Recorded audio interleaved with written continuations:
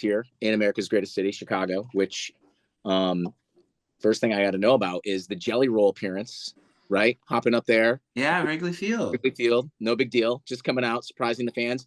Was that calculated, or was that like as I know you guys had the song, you're ready to drop it, and then it was like was it perfect timing? It was Because perfect timing. We were actually shooting a music video right before that. So all morning long, we shot the music video for that record. And then we just wow, beeline straight to Wrigley. And then he got me a police escort, actually, funny enough, to my show. at House of Blues, I was there.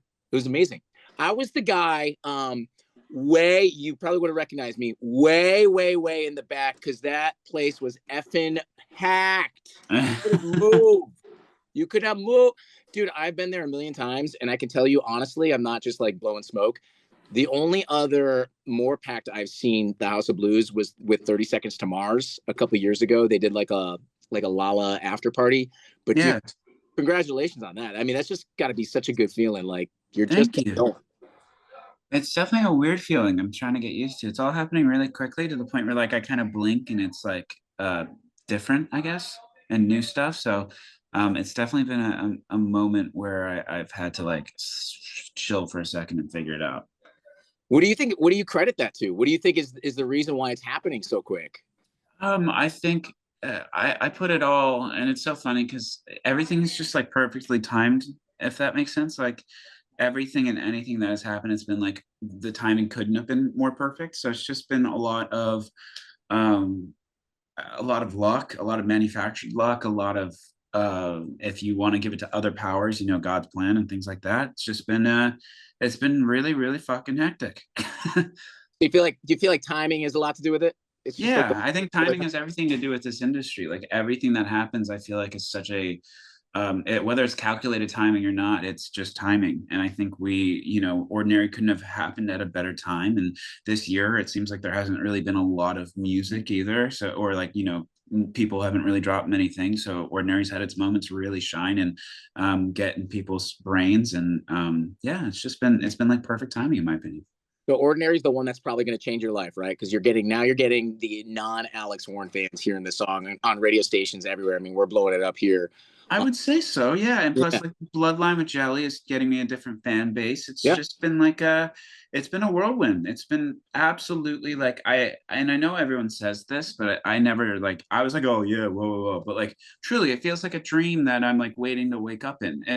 It's this weird feeling where you're dreaming and things keep happening. And you start questioning whether it's real. And you have this fuzzy feeling and everything. And like, truly, every day I wake up, I'm like how is this my life? Like it just happened out of nowhere. You know what I'm Yeah. saying? Like it's not like it's just strange.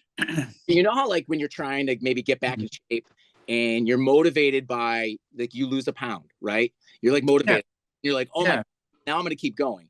That's gotta be yeah, what it kind of feels like. You wake up and you're like, oh my god, my song just had a million more streams. I'm just gonna keep this going, keep riding this ride, riding the wave. yeah, Wave. yeah, 100%. It's the same thing with the shows too. 6 months ago, I couldn't sell 500 tickets, and here we are doing 5,000, 7,000. We just did an amphitheater. We just announced an amphitheater tour that a lot of the shows sold out, and that's 8 to 12. And it's really, really crazy, and it's happening really quickly, and it's terrifying.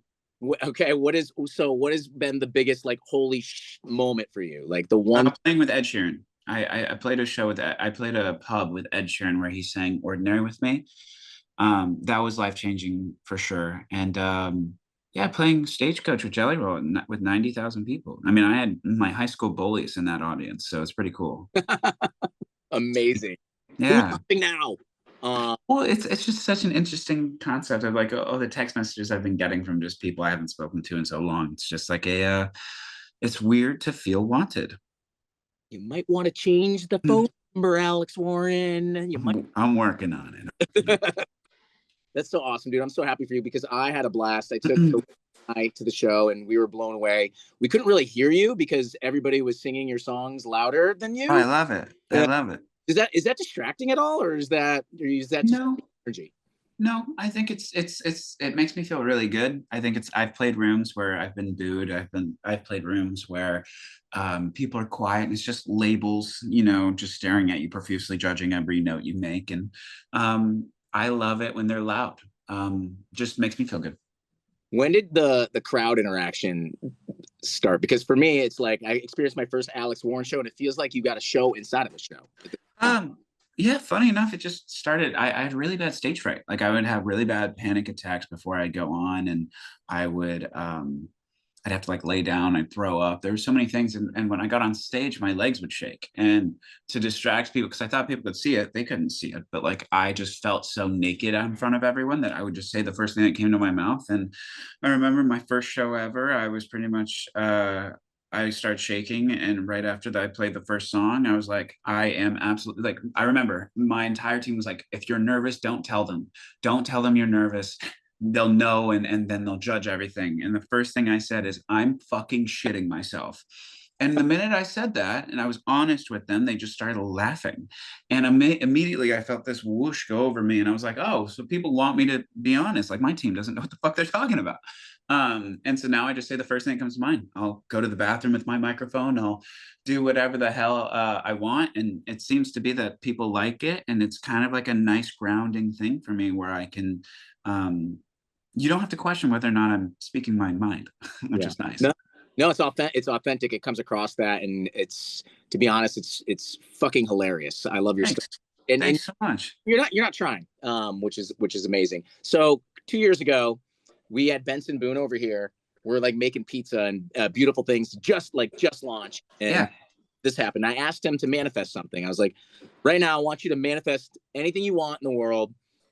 And he said, I want to meet Taylor Swift. And literally opened for Taylor 6 months later. So I don't want to say that's because of me, but it's probably because of me, mostly, mainly, like really it's because of me. So now, Alex, I want you to manifest something that you want for you in your career. Give me a short-term one. I would love to have a song with Ed Sheeran. I'm bringing it in. Bring it in. Yep. How awesome is Ed, dude? Just such a, like, he doesn't need to be. He does not need to be. He's worth God knows how much money and has so many famous, he's just so famous and everything. He could fuck off to an island somewhere if he wanted to. And he just loves music. He is obsessed with music. I showed him my album, and he's like enthralled by just the concept of music and people doing well. And he's so competitive in such a good way where like he wants to know what's going on and what's hot and what's not. And he's such a great guy. Yeah. I see a lot of Ed in what you do. So it's probably somebody you took a lot of inspiration from. So that's really cool. You got to sing your song with. That's awesome, man. I'm constantly chasing Ed. That's what I do. What message do you want to say for those that are watching this here in Chicago? And obviously we're going to put this on YouTube to the fans of Alex Warren. I almost said of Alex Warren. What do you want to say to them directly? Those that came to your show that you didn't maybe get a chance to, like you're back in the hotel or you're on the bus. Anything you want to say to those people? I think it's just something of like, I say this at every show, and I try to like really get this across, is how just thank you. Like, I think that's something like so important. And as this gets bigger, it's like, it's hard not to, realize that it's just been because of them, I guess. Like I can be the dumbass on the stage all I want, and I can post these silly lip syncing videos to my songs, but at the end of the day, it's like, I'm trying my best to write music for everyone and the things that everyone goes through. And it's just, I'm so thankful that people like it and people love it. And I try my absolute best to make the songs just like the record and life-changing in person than they are on vinyl. So it's just a thank you. And it's just been so fun. And, I hope to meet everyone, but I can't always get to it. So wrapping it up, because somebody said that in the chat below. 5 favorites, summertime activity, favorite summertime activity. Oh, wow. I'm obsessed with surfing. I haven't really gotten to do that much, and I miss it so much. I was a competitive surfer and skateboarder before music. And so, yeah. I did not know that. Yeah, I grew up surfing and skateboarding. I'm from San Diego, so I haven't gotten to do that. I just got a place in LA where I go back and forth. I live in Tennessee, and I'm so excited to be able to surf again. Surfing sounds hard AF. Favorite snack at the gas station? Oh, I love to get a Diet Coke and wow, a snack. Probably Oreos. Oh, classic, oldie but goodie, right? You have to. Favorite Alex Warren toy as a kid? Oh shit. There's this there. Oh my God. As a kid, all right, you have that rug with the roads and stuff. You know, Yeah. you'd have the car, and then there was this toy where it was this giant fire truck, and you could open the fire truck, and then there was a bunch of small cars that you could play with inside of that truck. And you asked me that question, just reminded me of it, and I need to find it now. So after this call, I'm going to Google this.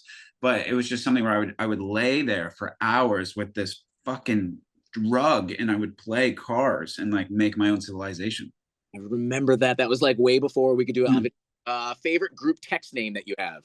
I have one called the Troglodytes, and that is literally just me and my label. And I just found out I found the word troglodyte, which is just an old fashioned person, and it sounds so fucked up.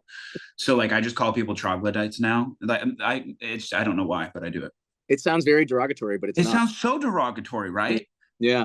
And last one, favorite concert that you've ever attended? Ever attended? Well, I got to watch Ed do a strip down set before I got to play with him, and I love how just he'll be talking and can immediately go to singing, and there's no like he's just so good. He's so good, and I aspire to be that great. Dude, you're on your way, man. You're there. We're watching it before our eyes. Thanks for the time. Ordinary. We're gonna keep blasting it all summer long until people yell at us, and hopefully we'll see you down the road very, very soon, bro. Thank you so much, sir. I appreciate you. All right, man. See ya. Catch you later.